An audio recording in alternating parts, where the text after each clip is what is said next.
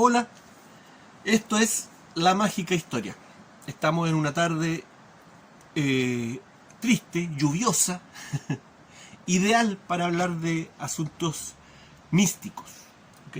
Así que vamos a resumir, dale con hablar en plural. Voy a resumir el video que fue oscuramente saboteado. ¿Ok? Así que lo voy a hacer con pica y lo voy a hacer mejor todavía, mucho mejor que el que había hecho antes. Así que prepárense. Vamos a hablar de un concepto que le ha permitido a los magos y a los poderosos crear nuestra civilización. ¿Ok? El concepto del que vamos a hablar ahora es un concepto que yo creo que es muy importante, por lo menos tener la oportunidad de saberlo. Pero no es nada del otro mundo, ¿eh? No piense que aquí yo les voy a revelar una cosa así, pero como no. No es muy sorprendente la idea, pero si lo piensa bien, este concepto es la base, es lo que ha servido, insisto, a los magos y a los poderosos para crear nuestra civilización, nuestra maligna civilización. ¿Ok? Usted me va a decir, ¡ay, qué pesimista! Si la civilización tiene cosas muy, muy positivas. Sí, pero hay un detalle, que nuestra civilización está creada en base al egoísmo, no en base al amor. Si nuestra civilización estuviera basada en un sistema creado en base al amor, valga la redundancia, otro cuento nos cantaría, otro gallo nos cantaría. ¿Ok? Ya. Vamos. En la cábala actual dicen que Dios creó el universo en base a tres elementos. Tres elementos o libros, dicen ellos, que serían la escritura a través de las letras, los números y el lenguaje. ¿Ok? El lenguaje a través de las palabras. Entonces Dios, ocupando estos tres elementos, habría creado el universo. ¿Ok? En el fondo, lo que la cábala nos está enseñando con esto es que primero nos está indicando los elementos que son necesarios para la creación, es decir, la magia aplicada. Ya lo hemos dicho otras veces, no vamos a explicar ahora qué es la magia. Esto bajo el punto de vista de la cábala. ¿Ok? No estoy diciendo que esto sea así. Y segundo, nos está indicando finalmente que todo el acto de la creación tiene que ver con el alfabeto. Porque estos tres elementos son las tres características del alfabeto. Las letras, ¿cierto? El alfabeto tiene signos escritos. Los números, las letras tienen un valor numérico, que ahora no se nos enseñe eso, es otra cosa, pero originalmente las letras y los números estaban muy relacionados, y las letras tenían un valor numérico. Por lo tanto, cuando usted escribía una palabra, también estaba escribiendo una cifra. Y tercero, el lenguaje, los fonemas de estos signos que nos permite elaborar palabras. ¿Ok? Y hoy en día se nos enseña el alfabeto solamente desde el punto de vista fonético. ¿Ok? No se nos explica el significado de las letras, solamente se nos dice que son una representación fonética. Y así se nos enseña a leer y a escribir.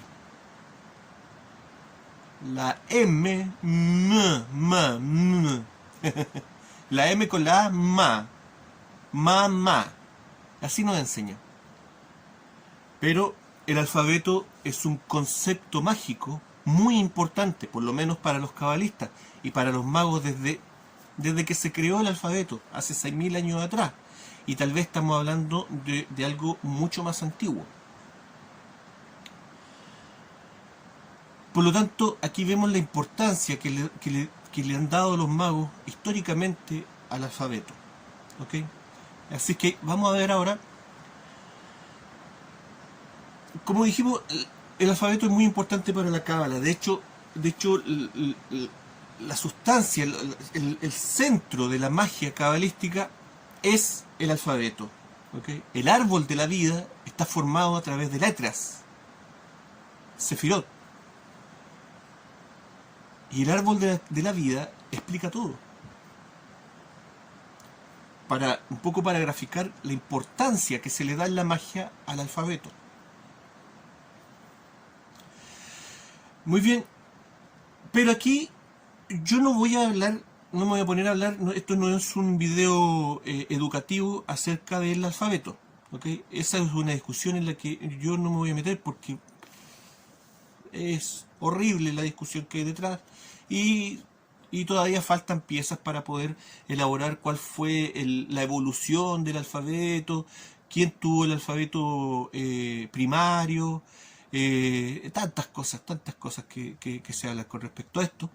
No, aquí vamos a hablar de este concepto místico y ni siquiera de todo el alfabeto, sino que vamos a ver la base de este concepto que está impresa las primeras 4 o 5 letras del alfabeto. ¿Ok? Teniendo en cuenta el alfabeto mágico de 22 letras, el alfabeto hebreo básico, ¿ok? Porque el alfabeto hebreo tiene más letras, tiene vocales también ahora, pero el básico, el de 22 letras, que sirve de base para la cábala. Y con esto no estoy diciendo que este concepto sea un concepto cabalístico. Este concepto viene de antes, porque este alfabeto de 22 letras existía antes de que los hebreos aprendieran a escribir. ¿Okay? Este es un concepto mágico, ¿okay? Que no es exclusivo de los cabalistas, no es exclusivo de la masonería, no es exclusivo de los Illuminati. Este es un concepto que se enseña al que se inicia. ¿Ok? Ya, vamos. Vamos a tomar entonces este alfabeto de 22 letras como nuestro alfabeto mágico. ¿Ok? Y vamos a ver la parte básica. ¿Ok? Como lo que explicábamos antes acerca del nombre del alfabeto. Alfabeta, ¿cierto? Las primeras 2 letras del alfabeto griego. Para no decir alfa, beta, delta, todo el alfa, beta, gamma, delta, epsilon, qué sé yo. Todas las letras se resumía el concepto en alfabeta, las primeras 2, alfabeto, ¿ah? O abecedario, lo mismo, ¿cierto? ABCD, ¿cierto? Para no decir todas las letras, abecedario, ¿ok? Y los romanos, elementum, ¿ok? Porque empezaba con la letra L, LMN, elementum, elemental, ¿ok? Y aquí vemos que el título del abecedario sirve también para explicar esto, de que es la base también, ¿ok? Vamos a ver lo elemental del abecedario. Perdón. Y vamos a comenzar con la primera letra, y creo que este video va a ser solamente de la primera letra, y en el próximo vamos a ver las otras 3 o 4. Vamos a ver 4 letras, nada más. ¿Cómo empieza el abecedario? Con la letra A, la que nosotros es la letra A. La letra A, ¿cierto? El alfa, el alfabeto griego, ¿cierto? Vendría siendo la Aleph, en el alfabeto hebreo, pero también en el alfabeto fenicio, ¿ok? Y esto también tiene relación con los pictogramas jeroglíficos, ¿cierto? Egipcios, pero no nos vamos a meter en eso, pero está todo mezclado, todo tiene relación con todo, ¿ok? Estamos hablando de una idea básica que se enseñaba a través de prácticamente todos los alfabetos de la antigüedad, que estaban muy conectados, ¿ok? Ya.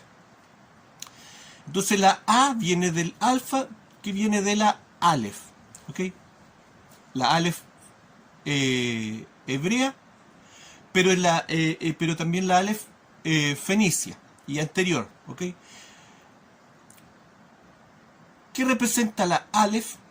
La Aleph representa un buey, un toro, el toro, ¿ok? Vamos a colocar la imagen para que se vea la evolución del pictograma de la A, de la Aleph, ¿ok? Que en una idea original representaba la cabeza de un toro, ¿ok? Y que ahora nuestra A mayúscula es como la cabeza del toro, pero invertida, con los cachos para abajo, para, ¿ok? Para que se entienda. El toro, la primera letra del alfabeto, por lo tanto tiene que ser un concepto muy importante. Dicen, ¿cierto? Algunas líneas de estudiosos dicen que el hombre hace 6.000 años atrás representó la primera letra como un toro, porque el toro era muy importante para el hombre antiguo. Era la base de la alimentación, del trabajo, y también ejemplificaba la fuerza, qué sé yo, ¿ok? Pero no, místicamente ese concepto no concuerda, porque aquí estamos hablando del toro del cielo, el toro del cielo. ¿Y qué era el toro del cielo? Eh, bueno, representaciones del toro aparecen en muchas partes, en muchas culturas de la antigüedad. ¿Por qué? Porque el toro representaba en ese tiempo, hace 6.000 años atrás, 6.000, 5.000 años atrás, representaba el rostro de Dios, representaba a Dios. ¿A través de qué? A través de la constelación de Tauro. Por lo tanto, el toro en ese tiempo representaba a Dios. ¿Ok? Y como el inicio de la escritura coincide con la era de Tauro, es lógico ver la asociación que hay ahí. ¿Ok? El toro, ay, eh, por lo tanto fue la representación, en la era de Tauro, fue la representación máxima de Dios y del poder de Dios. ¿Ok? Está presente en la cultura egipcia, en Mesopotamia, ¿cierto? En los capiteles persas, en distintas deidades representadas como un toro. Y también está presente en la religión hebrea. Recientemente se han ido encontrando figurillas de toros que eran ocupadas a nivel doméstico. ¿Ok? ¿Por qué? Y que representaban a Yahvé como un toro. ¿Mm? ¿Por qué? Porque esa era la idea que tenía el hombre del mundo antiguo. ¿Ok? Y la civilización prácticamente se inició con la era de Tauro. ¿Ok? Por lo tanto, esa idea quedó muy fuerte en la mente de las personas. Y esto queda claro, por ejemplo, en el pasaje del Éxodo, cuando Moisés sube al monte Sinaí y deja al pueblo hebreo a cargo de su hermano Aarón, ¿cierto? Y qué sé yo, va a buscar las tablas de la ley, baja, ¿cierto? ¿Y qué se encuentra? Moisés se encuentra con que el pueblo habría convencido a Aarón a hacerles una representación de Dios para poder adorar a Dios, ¿ok? ¿Y qué figura eligieron? Un toro, el becerro de oro. Y baja Moisés, ¿cierto? Y ve este asunto, y Moisés, que era un sacerdote iniciado, sabía que ya hace harto rato, más de 1.000 años, que ya había pasado la era de Tauro, y que era un sacrilegio adorar a Dios ahora como un toro. Y ahí se produce lo que se produce, ¿cierto? Y hay otra cosa en ese pasaje que la tradición cristiana dice, ¿cierto? Esto basado en la descripción bíblica, de que Moisés bajó con una suerte de velo, con un velo, o con un resplandor que no dejaba ver su rostro, ¿ok? Porque venía, ¿cierto?, con la esencia de Dios, ¿ok? Ahora, en la Biblia original, en la versión hebrea, el término no es un velo, no es un resplandor. El término es que Moisés venía bajando del monte con cuernos. Con cuernos. ¿Ok? ¿Y esto qué quiere decir? ¿Quiere decir que Moisés tenía cacho cuando bajó del monte Sinaí? No. Quiere decir que Moisés venía con la autorización o el poder de Dios. Porque los cuernos, eso era lo que representaban, el poder de Dios. Los cuernos de toro. ¿Ok? Porque el toro del cielo era la representación de Dios y los cuernos eran un simbolismo del poder de Dios. Y esto queda graficado en un montón de dioses de la antigüedad cornudos. ¿Okay? Baal, muchas veces representado con un casco con cuernos. Loki, también era representado con cuernos, ¿ok? Y hoy en día también en la película, en la serie de Loki, lo representan con esta corona, con unos tremendos cuernos, ¿ok? Los reyes utilizaban este tipo de coronas para dar, con cuernos, para dar a entender que ellos tenían la autoridad de Dios, ¿ok? E incluso hay algunos pasajes de la Biblia, no recuerdo ahora cuál, eh, que dicen, ¿cierto?, de que algunos profetas cuando se recurría a ellos para preguntarle algún asunto muy delicado, estos profetas usaban, antes de responder, usaban un casco o un gorro con cuernos, ¿ok? Para dar a entender que ellos ya no estaban hablando como una persona común y corriente, sino que estaban hablando con la autoridad de Dios. Lo que iban a decir ellos era de la autoridad de Dios, ¿ok? Y para eso necesitaban los cuernos, ¿ok? Los cuernos hoy en día, la señal del cuerno, ¿no?, está satanizada. Esto comenzó a partir más o menos del Renacimiento, cuando los artistas del Renacimiento, que eran personas muy educadas y que conocían la versión hebrea de la Biblia con este tema de los cuernos de Moisés y todo eso, aprovecharon este asunto para representar a Moisés como algo maligno, con cuernos, demoníaco, ¿ok? Porque claro, toda esta gente del Renacimiento eran humanistas, no eran gente religiosa, eran ateos. Y de ahí comienza a interpretarse los cuernos como algo maligno y asociado a los demonios. Ya no a Dios, sino que a los demonios. ¿Ok? Se separan los ángeles con aureola y alitas, ¿cierto? Y alitas de paloma, y los demonios con cuernos y alas de murciélago. ¿Me entienden?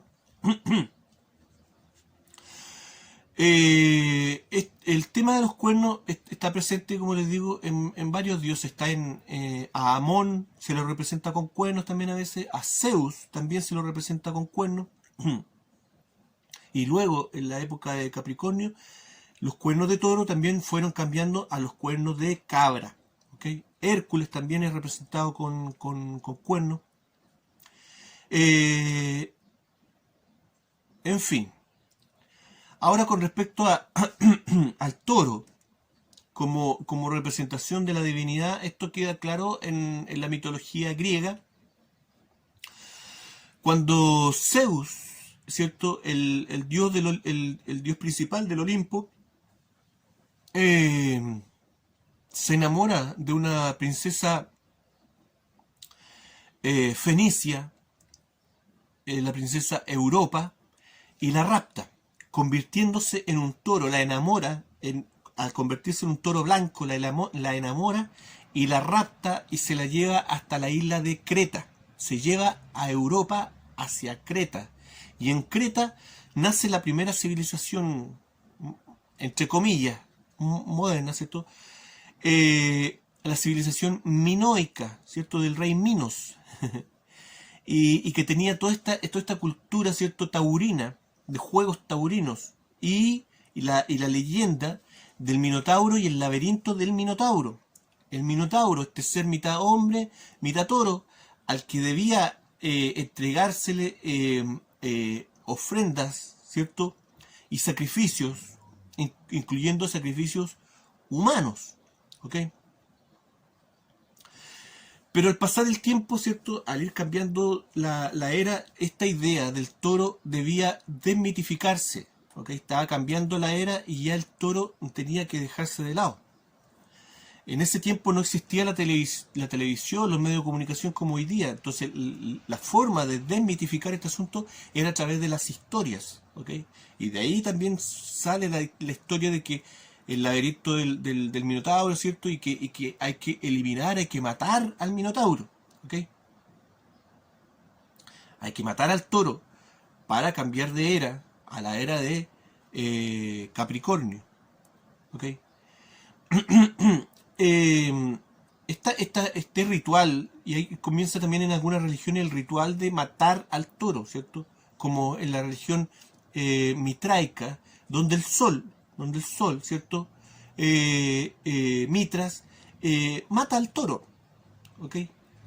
También está presente en las historias, por ejemplo, de Hércules, ¿cierto? También Hércules mata al toro de Creta, un toro maligno, un toro satánico, ¿ok? El toro ya tenía que ser representado como algo maligno. Y mata al toro de Creta, ¿ok? También está presente esto mismo en la epopeya de Gilgamesh, donde Gilgamesh y su amigo, ¿cierto? Enkidu, que curiosamente era mitad hombre, mitad toro, o así se lo representa, matan también a un toro maligno venido del cielo, como una maldición de los dioses del cielo, ¿ok? Y el mismo Enkidu posteriormente muere por esta acción, no Gilgamesh. Enkidu, el ser de toro antropomórfico, porque el toro debía ser eliminado, ¿ok? No existía la televisión, no existía el cine, pero existían estas historias. Pero la idea del toro como representación, el toro del cielo como representación de Dios, fue una idea que quedó muy arraigada en la gente y que llega hasta el día de hoy a través de marcas, corporaciones que todavía utilizan la idea del toro como un poder casi divino, un poder fuerte, divino. Y, y esta idea quedó por mucho tiempo. ¿Ah? Y ya como lo que veíamos, lo que ocurrió, por ejemplo, en el tema de los hebreos con Moisés. ¿Ok? Por lo tanto, esta idea de que Dios, de que el mismo Yahvé tenía que ser representado como un toro, está también, aparece en forma gráfica en el mismo templo, en el templo de Salomón, donde muchos utensilios, los hornos estaban asentados en figuras de toros, ¿ok? Y la misma gente en Israel utilizaba figurillas de toros para representar a Yahvé y rezarle a Yahvé. Incluso hacían el aparataje completo, hacían como una maqueta del templo y le ponían una figurilla de un pequeño toro adentro. ¿Okay? Pero eso era de forma doméstica, secreta, porque sabían que eso era también como medio sacrílego. ¿Okay? Pero la idea del toro seguía fuerte en las personas.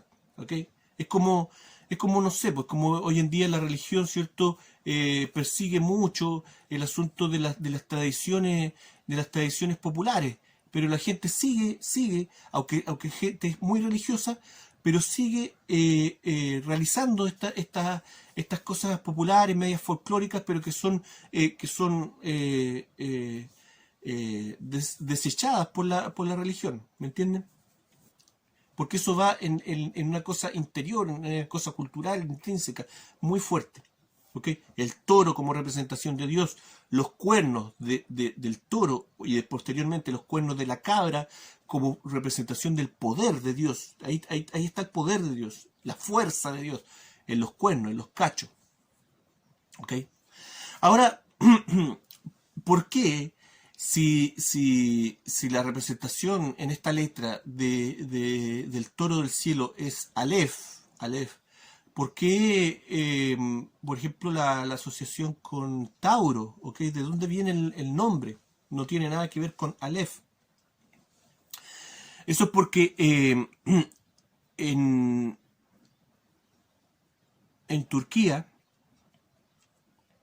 en la cordillera existe la cordillera de los montes Tauro. Y se cree que el nombre de la constelación proviene de ese nombre, del nombre de la cordillera. Y la cordillera toma su nombre de una divinidad que se adoraba en esa zona llamada Tarú. Tarú, ¿ok? Pero si usted la busca con ese nombre no la va a encontrar. Porque hoy en día se asocia esta divinidad a una divinidad hitita, que es un poco más al sur, y llamada Teshub.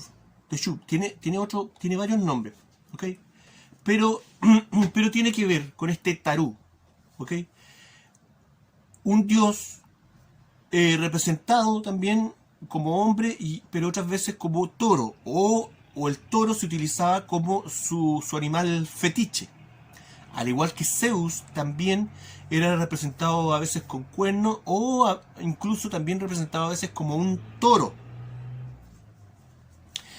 Y de aquí vendría el nombre de la constelación Tauro, Tarú, Tauro. Y este dios también tendría relación con dioses más orientales, más del Asia Central, qué sé yo, como el Tengri mongol. Hay otro dios, bueno, lo voy a colocar en la imagen, dioses representados con cuernos y también asociados al toro.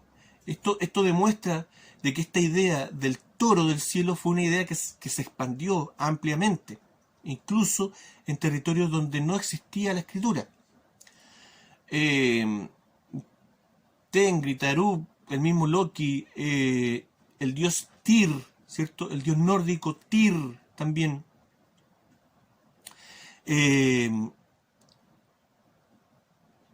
Thor, ¿ok? Thor, con su martillo, ¿cierto? Y eso es lo otro, de que estos dioses también eran representados como que tenían el poder del clima o del rayo, y muchas veces eran representados con varios rayos en la mano, ¿ok? Hay unas representaciones de Teshub o Tarú que son casi idénticas a Baal, ¿cierto? Con cuernos y con estos rayos en la mano.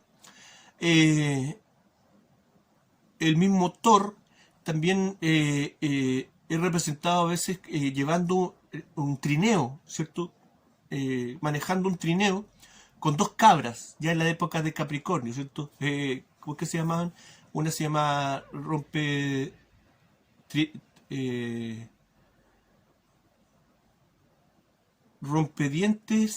y crujir de dientes y rompedientes. Esas eran las cabras que llevaban el trineo de Thor, el martillo de Thor o el hacha a veces.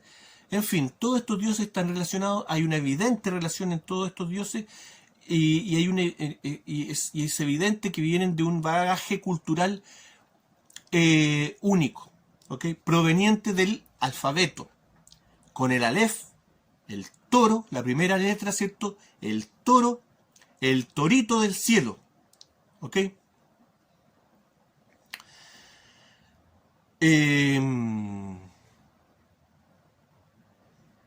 Bueno, luego cambia, ¿cierto?, la era, pero el alfabeto se mantiene. Así como la idea esta de que el toro es la representación del cielo, quedó muy fuerte. La representación del alfabeto ya no se cambió, pues no se cambió la primera letra después por una cabra, ¿ok?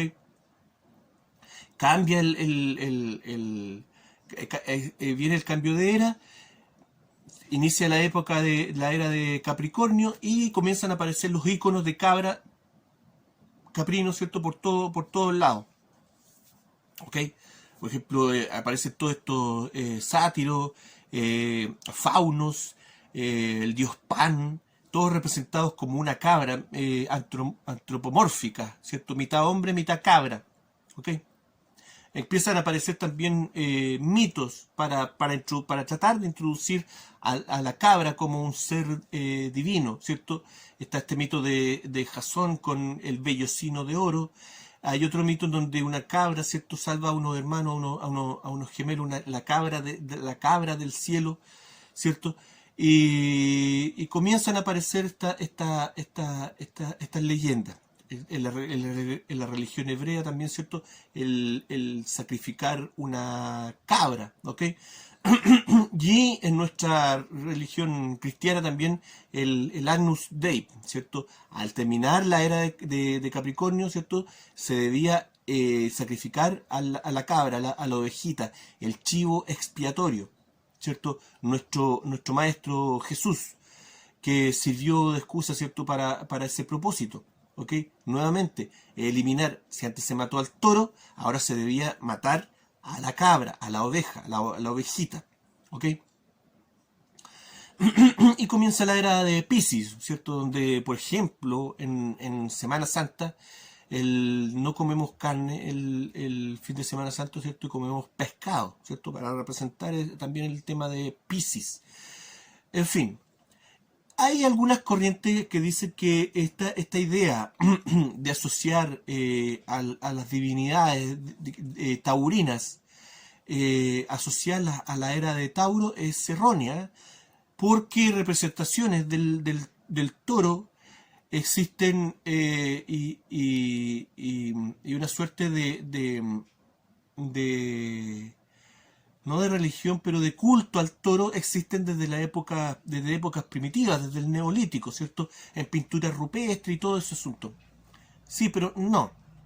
Lo que pasa ahí, lo que yo veo ahí, es que en ese caso sí se da el tema de adorar al toro pero el animal, no el toro del cielo, el animal toro, como una representación de bienestar, de comida, de trabajo. ¿Ok? Y más encima con la idea de que el toro, el ganado, había sido un regalo de los dioses. ¿Ok? Entonces de ahí creo yo que vendría el culto en esas épocas más primarias que no tienen que ver con la era de Tauro. Pero una vez iniciada la civilización, hace 6.000 años atrás, es evidente que hay una adoración al toro del cielo, no al toro o al buey animal como lo conocemos nosotros, ¿ok? No, al toro del cielo como representación del rostro de Dios, como representación de Dios, de Dios mismo, como tal, mesmo, como sea. Ya vemos, la primera letra del alfabeto nos indica algo muy importante. Tiene que comenzar con Dios. Aleph, el alfa, la letra A, comienza con la representación del rostro de Dios. Ahora un detalle que se me está olvidando y que es importante decirlo. Originalmente, la Aleph, ¿cierto?, que sería para nosotros nuestra letra A, ¿cierto?, la letra alfa, no era una vocal. La Aleph era una consonante. ¿Ok? Y esto tiene que ver, la pronunciación de la Aleph tiene que ver con lo que hablábamos antes, ¿cierto?, en el video del ángel del Señor, de este tema de que Malak, Melek, Melik, Moloch o Malik querían decirlo, era la misma palabra, ¿cierto?, rey del cielo, y que solamente había un cambio fonético ahí. Tiene que ver con la Aleph, pero lo vamos a ver después, paciencia, si lo voy a explicar bien. Eso, vamos a dejarlo hasta aquí. El primer concepto con la primera letra del alfabeto, ¿cierto? Estamos solamente vamos en la A, ¿cierto? Pero ya queda claro, ¿cierto? El alfabeto comienza con Dios y el poder de Dios. Eso es lo importante. Eso es lo que se enseñaba forma mística desde las desde los primeros albores de los magos hasta el día de hoy, ¿cierto? Con la cábala, que a todo esto yo no quiero dar a entender que la cábala sea una práctica maligna, ¿ok? No, no, como en todo, ¿cierto? Hay cabalistas que han hecho mucho por el hombre, por el ser humano. Hay magos que han hecho mucho por el hombre, han aportado muchas cosas. ¿Ok? Esto vamos a ver el concepto negativo de la interpretación del alfabeto. ¿Ok? Y ese concepto negativo ha sido enseñado en círculos secretos de todo tipo, de toda nacionalidad, de toda raza. ¿Ok? Esto no tiene que ver con raza, no tiene que ver con religión, no tiene que ver con esos conceptos. Vale. Gracias. Esto fue La Mágica Historia. Atentos a la parte 2 del ABC Dios. Chao, que estén bien. Cuídense.